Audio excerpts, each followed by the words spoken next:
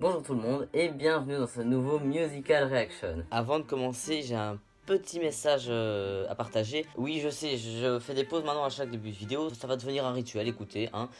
Du coup, ce que je voulais dire, c'est par rapport à la dernière vidéo, donc le Musical Reaction que j'ai sorti sur Jesus Christ Superstar. Je suis navré, j'ai transmis une fausse information. Celui que j'appelle César, durant toute la pièce, on m'a fait remarquer qu'en fait, c'était pas du tout César.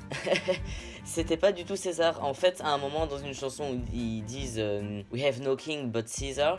Du coup, j'ai bêtement supposé que le mec, vu que ça avait l'air d'être un peu le chef du bazar, que c'était César, alors qu'en fait c'est pas du tout César. J'ai pas plus cherché que ça et j'en suis navré. Et j'ai été du coup me renseigner. Et c'est en fait Caïf qui était le chef de l'église, un prêtre giga populaire, qui avait une grande influence. Enfin voilà, j'explique très bien les choses, n'est-il pas? Et donc voilà, tout ça pour dire que les hommes politiques de la pièce représentent pas vraiment le gouvernement, mais plutôt l'influence de l'église. Mais bon, c'est un peu kiff-kiff vu l'importance que l'église avait à l'époque et les pouvoirs que l'église avait.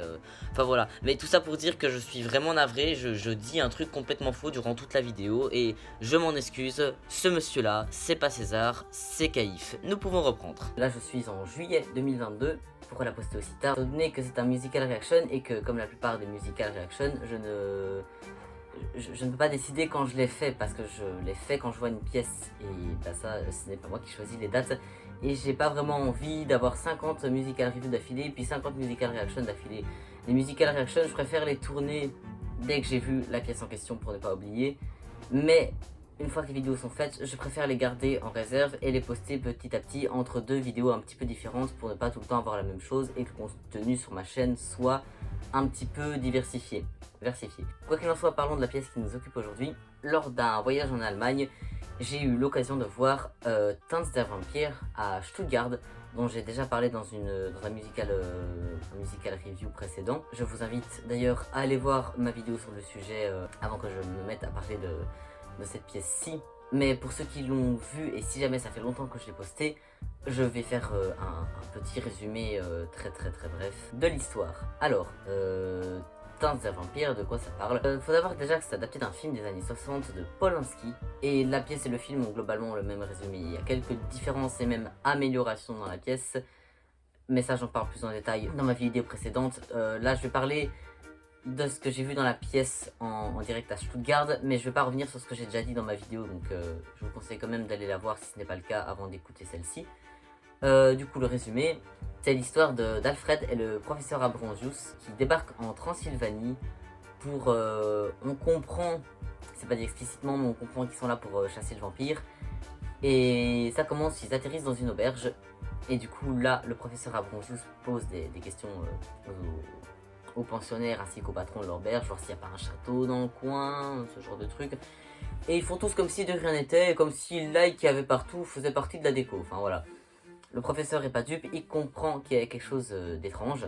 Parallèlement à ça, Alfred fait la connaissance de Sarah, la fille du patron de l'auberge, et il se lie d'amitié, mais le fait est que Sarah finit par se faire enlever par un vampire. Serait-ce le vampire du château que le professeur cherche? Enfin voilà, ce qui devait arriver arriva, le professeur et Alfred se rendent au château du vampire, le professeur va pour chasser son vampire, et Alfred, qui est censé suivre le professeur dans ses recherches, il va surtout pour retrouver Sarah. Les cheveux sont blancs à cause du soleil, le contre-jour c'est terrible. Donc voilà, ça c'était pour le résumé. Alors, honnêtement, j'avais hésité à acheter mes places pour la pièce, parce que déjà faut savoir, je l'ai fait vraiment en dernière minute. De base, je ne comptais pas aller la voir, mais le fait est que je passais pas loin aux périodes où il la passait, et je me suis dit, c'est quand même con de louper l'opportunité, je n'irai pas en Allemagne jusque là pour ça. Mais j'ai malgré tout hésité pour cette raison-là, et aussi parce que ça coûtait cher. Et bon, si ça avait été Elisabeth, là j'aurais moins hésité étonnamment.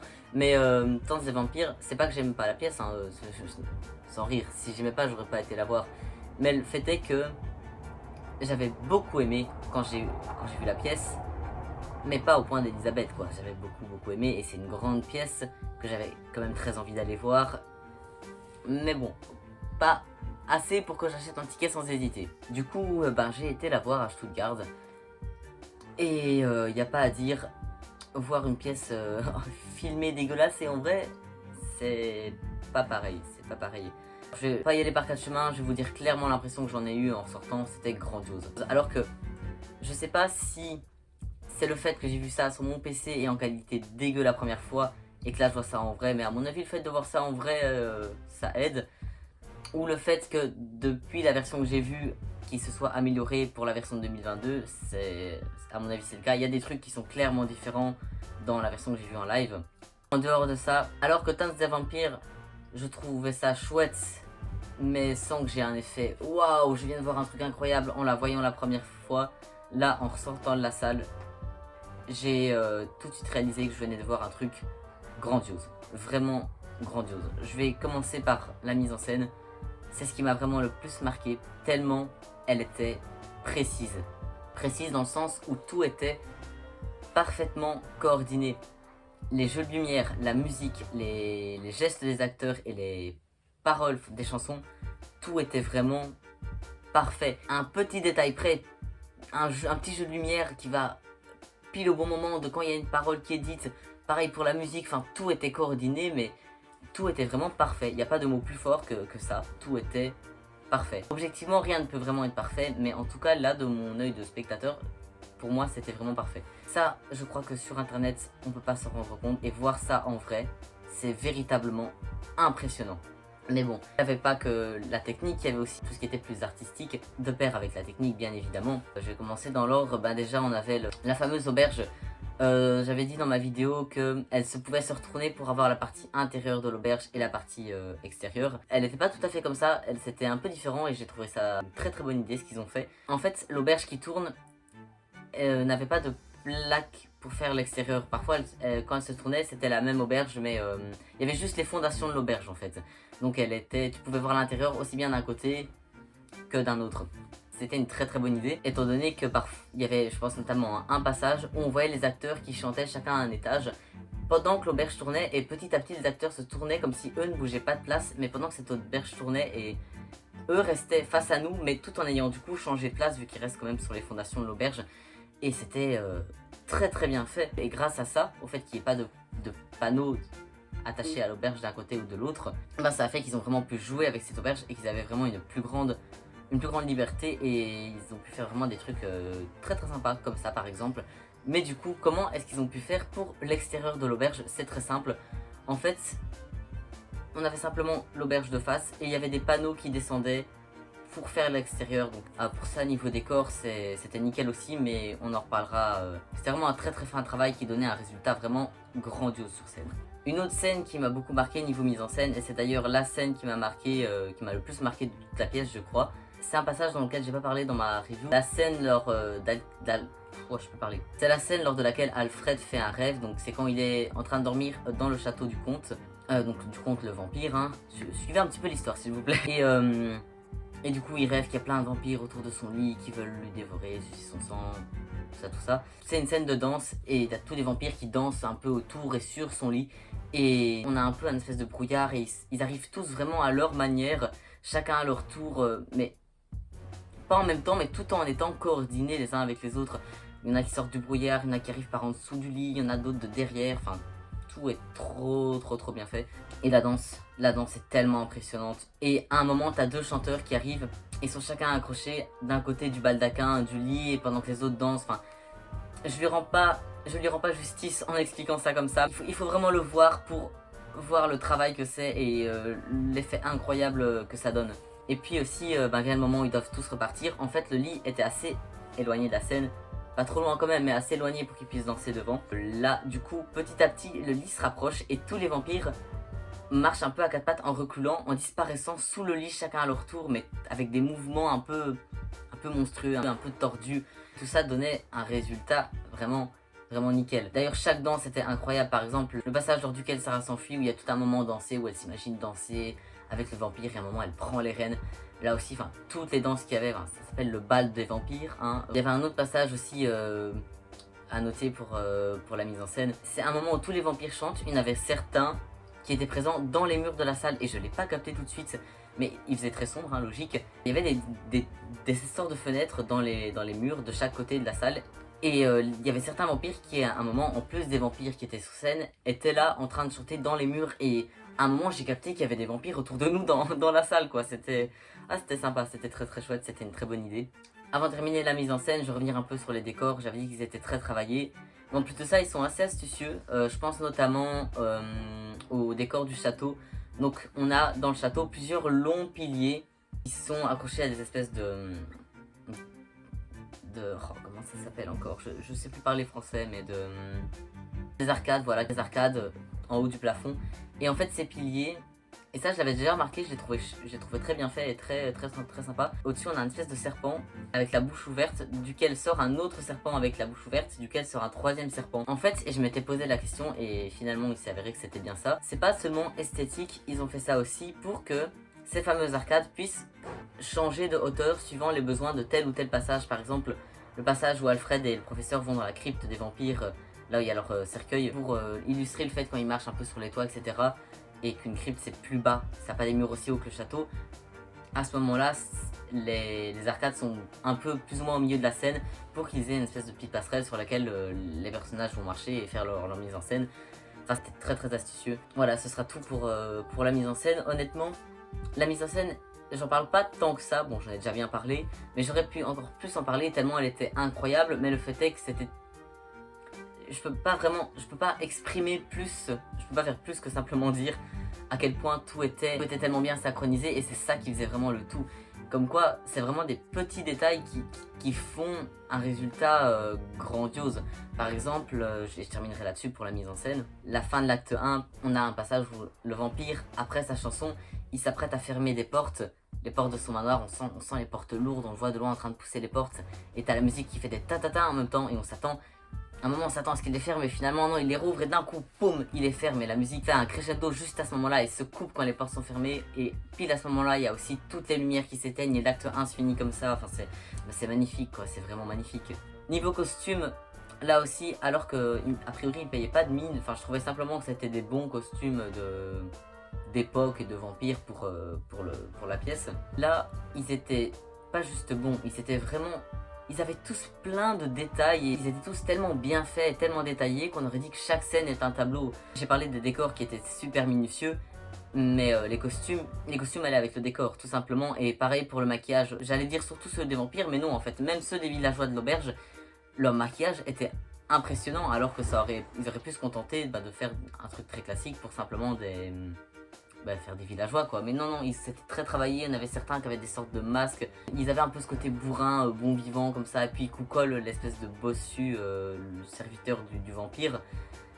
Lui aussi, son maquillage un peu difforme était très impressionnant, très travaillé et pas du il est parfois un peu cringe le maquillage de Koukol, mais là il était super bien fait. Il avait des pieds un peu gonflés comme ça, magnifique, enfin super bien fait. Et puis le maquillage des vampires, j'avais eu un peu peur en voyant l'affiche de la pièce, parce que le maquillage du vampire sur l'affiche est beaucoup moins prenant, on va dire ça comme ça, beaucoup moins forcé que dans la pièce. C'est vrai que dans la pièce ils doivent toujours plus se maquiller parce qu'il y a les spots de lumière, etc. Mais c'est vrai que c'est pas juste ça, c'est carrément pas le même maquillage. Sur l'affiche, il est vraiment un peu vampire beau gosse. J'avais peur que ce soit un peu, la version 2022 avec vampire beau gosse. Mais moi, le conte Krolok, je veux pas un vampire beau gosse, je veux un vampire badass et charismatique qui en impose. Surtout qu'il avait l'air bien plus jeune sur l'affiche que les contes Von Krolok dont j'ai l'habitude. Et là, non, le maquillage sur scène n'a rien à voir avec celui de l'affiche, donc j'étais très rassuré. Et pareil pour le maquillage de tous les vampires. Tous les vampires avaient un maquillage très forcé, avec des traits vraiment monstrueux. C'était pas des typiques vampires beaux gosses qu'on peut voir dans les films ou dans les séries. Ils avaient tous un maquillage super travaillé, presque comme des drag queens. Bon, ça, ils ressemblaient pas du tout à des drag queens, mais ce que je veux dire, c'est ils sont pas contentés de leur faire leur teint blanc et les yeux en noir. Ils avaient vraiment tous des traits très particuliers, des sourcils différents. Et puis leur perruque aussi, leur perruque était vraiment super travaillée aussi. C'était vraiment super, et ajouter à ça les super costumes. D'ailleurs, je vous ai pas parlé de la cape du comte. Ça c'est un truc qui m'a beaucoup plu. Donc le comte qui a une cape de vampire et il joue souvent avec, et parfois il se cache comme ça avec. Mais pour pas avoir une vieille cape qui pend mollement, il y avait j'imagine que c'était un bâton ou un truc métallique dans chaque bout de la cape, histoire que quand ils tiennent la cape, par exemple pour se cacher comme ça, ici la cape ne retombe pas mollement, mais qu'il y ait un bout qui reste droit et que ça fasse vraiment comme ça. Par exemple aussi, quand il écartait sa cape comme ça avec ses mains de dos ou même de face, les bouts qui restaient droits, ça faisait un beau mouvement de cape. Je trouvais que c'est une super idée de faire ça. Pourquoi personne n'y a pensé avant? Pourquoi personne n'y a pensé avant? Ça le permettait vraiment de... Ça lui permettait, le français c'est compliqué, vraiment de jouer avec cette cape, de faire des super beaux mouvements. Maintenant parlons des chansons. Les chansons sont ce qu'elles étaient, mais c'est surtout les performances vocales en tant que telles dont je vais parler. Ils chantaient tous super bien. Même Alfred, bon, non pas qu'Alfred chantait mal avant, hein, loin de là, mais il avait vraiment une voix qui portait à certains moments une certaine prestance, mais tout en restant dans son personnage très naïf et agaçant. Parfois je l'ai trouvé agaçant, mais agaçant comme il fallait. Alfred est censé être agaçant, il était agaçant à la perfection. Non mais tous les acteurs étaient vraiment bien. On a Chagall, donc le père de Sarah, le patron de l'auberge. C'est un personnage très très comique que j'aime beaucoup, mais là je l'aime encore plus maintenant. L'acteur, il était génialissime dans son rôle de patron un petit peu bourrin, un peu beauf, le pecno quoi, enfin il était génial. Même la femme de Chagall, la mère de Sarah, dont j'en ai pas grand chose à faire, ni dans le film, ni dans l'autre pièce, là, l'actrice avait une voix super claire. J'ai pas l'habitude d'entendre Madame Chagall avec une voix aussi claire, et là elle avait vraiment une très très jolie voix, et elle jouait vraiment avec beaucoup d'émotion, tandis que dans les autres pièces elle joue de manière un peu bourrine, parce que bon, elle est presque aussi bourrine que son mari. Elle attire pas spécialement la sympathie dans les autres pièces. Là, j'étais vraiment... Elle m'a vraiment attiré la sympathie, autant le personnage que l'actrice. Elle l'a très très bien interprété. Pareil pour le comte, qui joue à la perfection le vampire dark et un peu mélodramatique. Il montrait bien sa prestance de vampire. La première fois où il est arrivé sur scène, ça c'est un truc que j'ai beaucoup aimé dans la mise en scène dont j'ai pas parlé, merci la voiture, c'est que d'abord il est de dos. On le voit de loin de dos, puis il s'approche, mais il s'approche caché avec sa cape, et quand il est face à nous, on voit juste son regard, et puis d'un coup, là il lâche sa cape, et là on le voit vraiment. Et un personnage aussi effrayant et charismatique, c'est un peu comme Sébastien, l'apparition de Sébastien qui monte en crescendo dans ma vidéo sur Black Butler dont j'avais parlé. Mais le personnage qui m'a le plus impressionné, c'est le professeur Ambrosius, qui jouait très très bien, mais surtout pour ses chansons, parce qu'à la base on est quand même dans le point chanson, même si je sais que dans les musical reactions on mélange un peu tout et on digresse beaucoup, on est quand même dans le point chanson. Du coup le professeur Ambrosius, qui a de base des chansons pas faciles. Toutes les chansons du professeur vont très très vite, et parfois il va dans les aigus, mais de manière impressionnante. Et là l'acteur, le voir déblatérer tous ces mots en allemand et terminer sur une note qui monte tellement haut que je ne pourrais pas le faire. Enfin en même temps j'ai pas du tout une voix aiguë. Enfin non, c'est vraiment impressionnant. L'acteur, tu le vois, tu te dis waouh, ah ouais quand même. Et d'ailleurs je pense à un passage très marrant, c'est la première chanson où il chante vraiment vite comme ça, où il parle de la logique sur l'étude des vampires, machin, bazar. Ça se passe devant l'auberge pendant que Madame Chagall, je sais plus si elle s'occupe d'un poisson ou d'un animal mort quelconque, elle dépece. Et Chagall qui coupe du bois. Et au plus le professeur va vite, au plus les gens derrière vont vite aussi. Et on sent que c'est pas juste pour la mise en scène, que c'est comme si dans la vraie vie aussi ils essayaient de suivre son rythme, parce qu'à un moment on voit Madame Chagall qui est fatiguée, puis elle se remet à aller super vite dans son truc. Enfin c'est très très drôle. Il y avait aussi d'ailleurs la serveuse de l'auberge qui a aussi un rôle quand même relativement important, qui était là dans cette scène à faire ses trucs super rapidement. Enfin ouais non, c'était très très chouette, et vraiment gros chapeau à l'acteur du professeur qui... Waouh, il a dû prendre des cours d'audition pour arriver à faire ça, je vous raconte pas. Un seul point négatif par rapport à la pièce qui concerne le jeu des acteurs, c'est pas vraiment le jeu, mais l'interprétation de Herbert, qui est un personnage fait pour être un petit peu marrant. Je trouve qu'il était un peu trop exubérant, mais trop exubérant too much. Parfois, je trouvais que l'acteur il aurait pu y aller un peu plus sobrement, malgré tout. C'est un personnage que j'aime beaucoup, Herbert. Et là, il était presque ridicule, mais ridicule presque gênant. Voilà. C'est juste un peu ça. Je trouvais qu'il manquait de subtilité, mais sinon, voilà. Honnêtement, je ne trouve pas de mots pour dire à quel point la pièce était bien. Alors qu'elle payait pas tant de mine que ça, en sortant les centaines d'euros dépensés dans ces tickets, j'ai compris pourquoi en fait. J'ai vu tout le travail que c'était. Et évidemment, j'ai eu aucun regret, et je trouvais que ça les volait. Surtout qu'en plus de ça, comme je disais, j'ai pas du tout pris les places les plus chères. Et j'étais super bien placé. J'aurais pas pu être mieux placé que ça.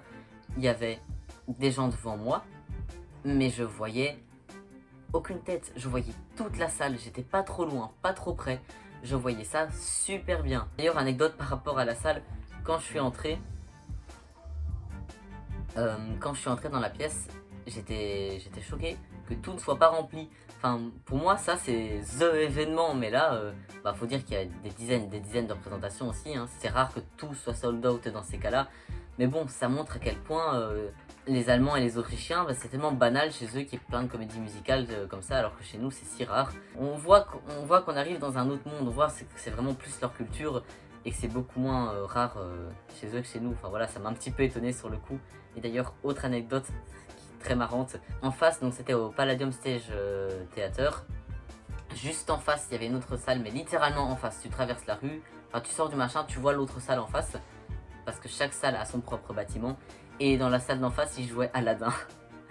C'est vraiment deux salles, deux ambiances quoi. D'un côté on a les vampires et puis de l'autre côté on a Aladdin. C'était marrant. Ah oui, une dernière petite chose par rapport à la mise en scène, je sais pas vraiment si ça m'a plu ou pas.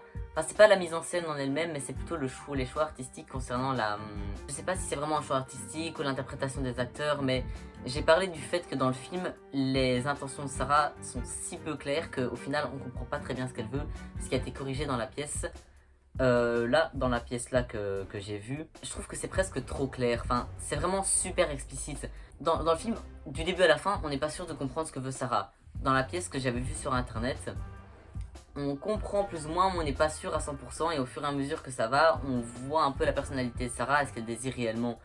Là, dans cette pièce-là, dès le début, t'as quasiment aucun doute. C'est peut-être le fait que je connaisse aussi l'histoire qui me donne cette impression, mais pour moi, en voyant la pièce, il y a quasi aucun doute sur les intentions de Sarah et ce qu'elle veut. C'est pas une mauvaise chose et ça m'a pas vraiment dérangé, mais je me dis que ce serait mieux si ça avait été plus subtil, si on n'est pas sûr au début et que c'est après qu'on se dise ah mais en fait, tandis que là pour moi en tout cas il y avait vraiment quasiment aucun doute, mais c'est tout. Et je sais pas vraiment si c'est un truc que j'ai aimé ou pas, parce qu'il y avait une part de moi qui voyait ces scènes et qui trouvait ça chouette que certaines choses sont montrées et que ce soit pas passé à la trappe, mais une autre part qui se disait que c'est bien aussi quand c'est moins explicite, mais d'un côté voilà, je connais bien la pièce, donc peut-être que c'est le fait que je connaisse ça qui me donnait cette impression. Voilà. Je crois que j'ai dit tout ce qu'il fallait sur cette pièce. Je crois qu'il n'y aurait pas assez de mots honnêtement pour décrire à quel point c'était grandiose. Le fait est que j'en suis ressorti avec vraiment l'impression d'avoir vu un truc incroyable. Et c'était pas qu'une impression d'ailleurs, c'était le cas. Mais je suis jamais ressorti d'une salle de spectacle comme ça. Vraiment. On dirait pas comme ça, enfin ça a l'air très bien, Dance des vampires, mais c'est vraiment que si tu la vois en vrai, que tu peux te rendre compte à quel point c'est une pièce incroyable. C'est une pièce incroyable, mais vraiment, les costumes, les danses, surtout les danses, la coordination de tout est parfait. J'ai jamais vu autant de professionnalisme dans une pièce. Voilà, je crois que je peux rien dire de plus. Sinon, continuer à répéter la même chose encore et encore, parce que c'est la hype en moi qui parle. Mais voilà, j'ai beau répéter ça et essayer de trouver un mot assez fort pour décrire à quel point c'était bien. Il n'y en a pas. Voilà, je crois que j'ai dit à peu près tout ce qu'il faut. Je brille au soleil, mon dieu. C'est parce que je suis un vampire en fait. Bah voilà, oui, je suis un vampire qui brille au soleil. Vous savez tout. Allez, petite info avant de vous quitter. Les extraits de vidéos que vous avez vu passer sont des extraits d'une espèce d'interview des backstage de la pièce.